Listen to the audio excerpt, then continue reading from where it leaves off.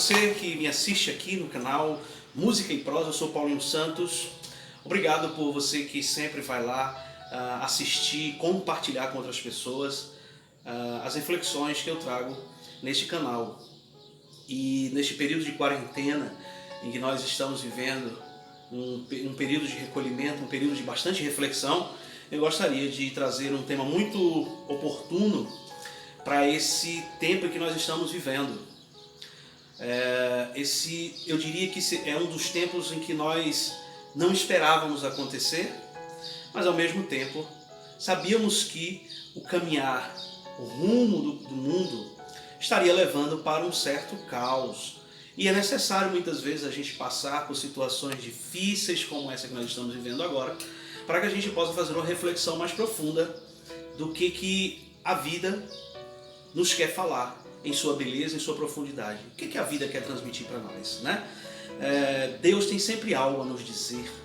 E Ele, que é a essência do nosso viver, Ele traz sempre a mensagem que alimenta a nossa vida, a nossa alma. Pois bem, hoje eu trago como tema abordagem sobre o tema da campanha da fraternidade, que devido a essa situação que nós estamos vivendo, acabou passando um pouco despercebido em muita gente.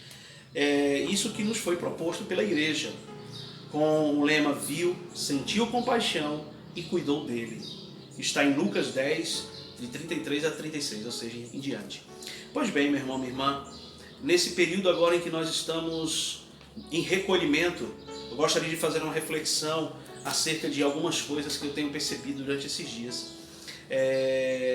Por isso que querer amar Deus, mas sem amar o próximo, sem olhar no próximo, suas limitações, suas necessidades, pra gente é como se fosse uma mera utopia e até uma demagogia nossa.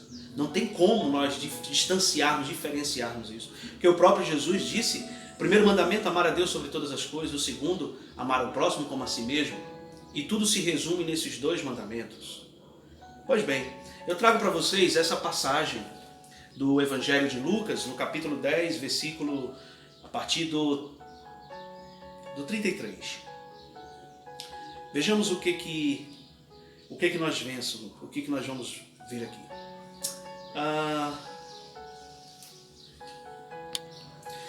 Então vamos acompanhar aqui Lucas 10, no versículo 30, ok? Vamos pegar do 29 para a gente compreender um pouco mais. Ele, porém, querendo justificar-se, disse a Jesus: e quem é o meu próximo? Veja que é um diálogo que vinha falando sobre o mandamento, o principal mandamento. E aí Jesus vai entrar com essa parábola do bom samaritano. Então preste atenção. Ele então retomou Jesus, ok? Certo homem descia de Jerusalém para Jericó e caiu nas mãos de assaltantes. Estes arrancaram-lhe tudo, espancaram-lhe e foram-se embora, deixando-o quase morto. Por acaso um sacerdote estava passando por aquele caminho. Quando viu o homem, seguiu adiante pelo outro lado. O mesmo aconteceu com um levita. Chegou ao lugar, viu o homem e seguiu adiante pelo outro lado. Mas um samaritano que estava viajando chegou perto dele, viu e moveu-se de compaixão.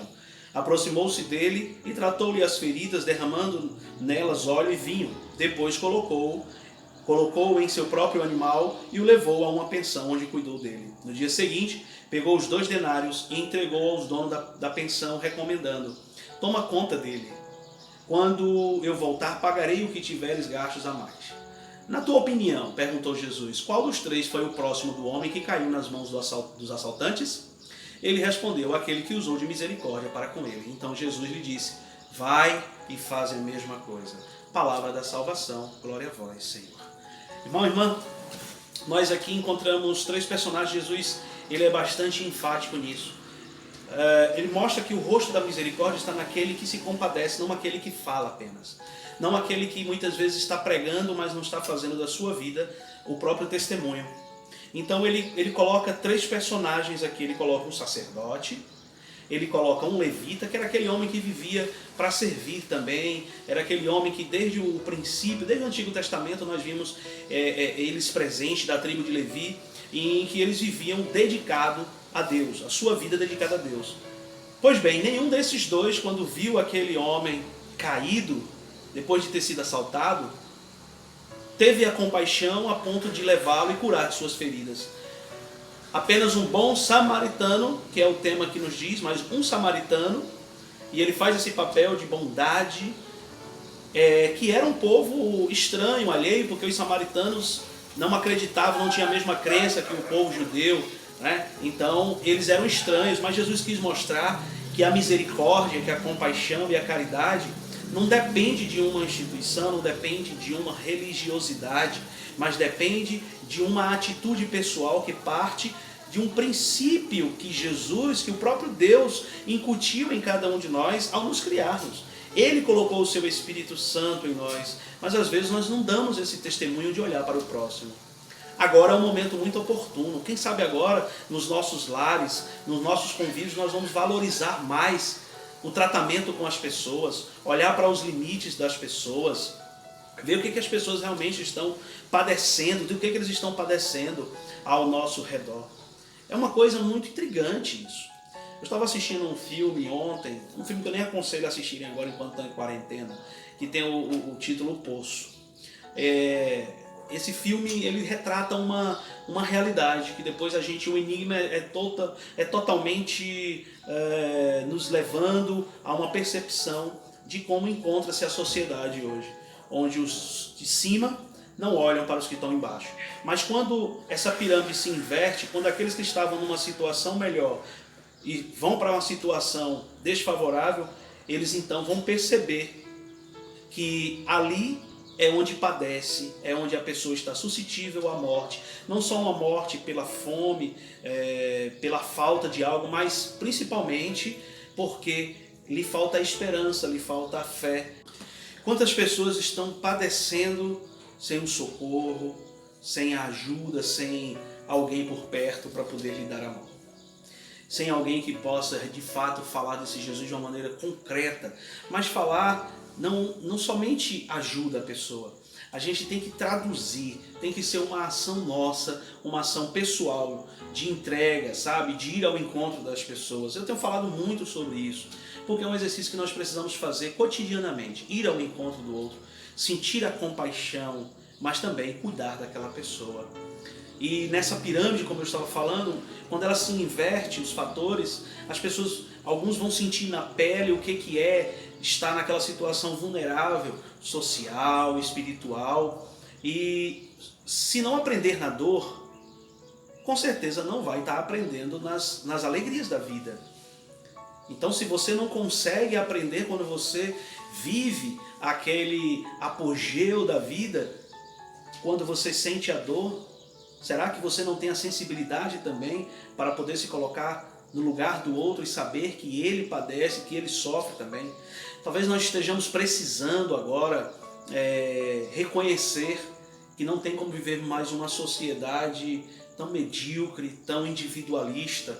Agora é hora da gente unir forças, unir a fé. O vídeo que eu recebi esses dias é uma coisa assustadora mesmo. Tem um psicoterapeuta, o Léo Freeman, ele vai falar um pouco sobre esse isolamento que vai desencadear em muitas pessoas problemas piores. Porque você, quando está vivendo o isolamento, se você não fizer esse exercício que eu estou te propondo aqui, ou que a gente vai tentando fazer no decorrer do dia, das semanas que se passam, de oração, de espiritualidade, de escuta, respeitar o silêncio, respeitar os momentos dos outros, a gente pode entrar numa paranoia. E ele falava sobre isso, que na verdade a sociedade ela já vive esses sintomas há muito tempo. Há muito tempo já se vive esses sintomas. Agora, isso se aflorou de uma tal maneira na vida das pessoas, dos nossos jovens, jovens que vivem nos quartos, jovens que vivem agora só nas redes sociais, jovens que fecham suas portas, jovens literalmente fecham as portas, não só dos quartos, mas do coração, idosos que se sentem agora abandonados. Veja que isso, o que cria no pensamento, na mente dessas pessoas? Nós estamos precisando viver uma espiritualidade, era o que Freeman dizia. Viver a espiritualidade não é somente você se colocar diante da oração. mas é você respeitar os tempos da vida, é respeitar o momento de silêncio que você precisa fazer, o momento de escuta, o momento de conversa, de diálogo com as pessoas, o momento de interação com as pessoas que estão no seu convívio, de respeito, de dizer para a pessoa que ama a pessoa, sabe, de sorrir, de estar junto. Isso é espiritualidade. Só que a gente percebe que a sociedade ela está extremamente doente. A sociedade ela vive esse individualismo e agora nós estamos vendo qual o fruto do individualismo. Pessoas que vão viver agora essa ansiedade, às vezes até louca, desenfreada, para que tudo isso acabe. Mas nós precisamos tirar de toda essa situação algo proveitoso. Por isso que a campanha da fraternidade viu, sentiu compaixão e cuidou dele, é um exercício que nós devemos fazer. Abrir os olhos para aqueles que estão necessitados. Eu quero concluir esse momento de reflexão, meu irmão, minha irmã, com você, com uma música que é da comunidade Shalom e a gente já canta há um bom tempo, né? Que fala desse encontro com o próximo, de perceber que sem o outro fica tudo mais difícil, a gente não consegue viver. Quero ser teu amigo, partilhar minha vida contigo. Anseio o Deus que habita em ti, és belo, és imagem de Deus. Que orgulho cruel que me impede de ser livre, de reconhecer que preciso de ti. Que cegueira tão grande que me faz infeliz. Mas agora eu sei, só posso amar a Deus se te amar também. Meu irmão querido e precioso para mim. Mas agora eu sei, só posso amar a Deus se te amar também. Meu irmão querido e precioso para mim.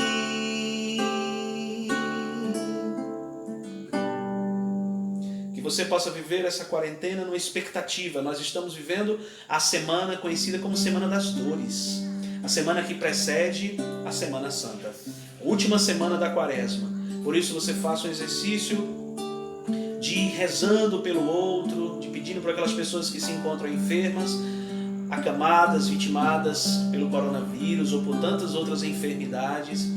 Vai se compadecendo com ela, para que a gente possa enfrentar e atravessar essa Semana Santa e juntos, jubilosos, cantarmos a alegria da vida na Páscoa do Senhor, no domingo de Páscoa.